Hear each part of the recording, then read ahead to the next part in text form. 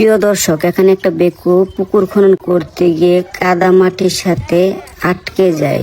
তারপর 15 থেকে 20 জন শ্রমিক মিলেও এই বেকুটাকে 2 থেকে 3 দিন পরিশ্রম করার পরেও এখান থেকে উত্তোলন করতে পারে নাই। তারপর তারা একটা গাড়ি দিয়ে আরেকটা বেকু নিয়ে আসে এবং ওই বেকু দিয়ে কিভাবে এটাকে এখান থেকে উত্তোলন করে আপনারা দেখতে থাকুন।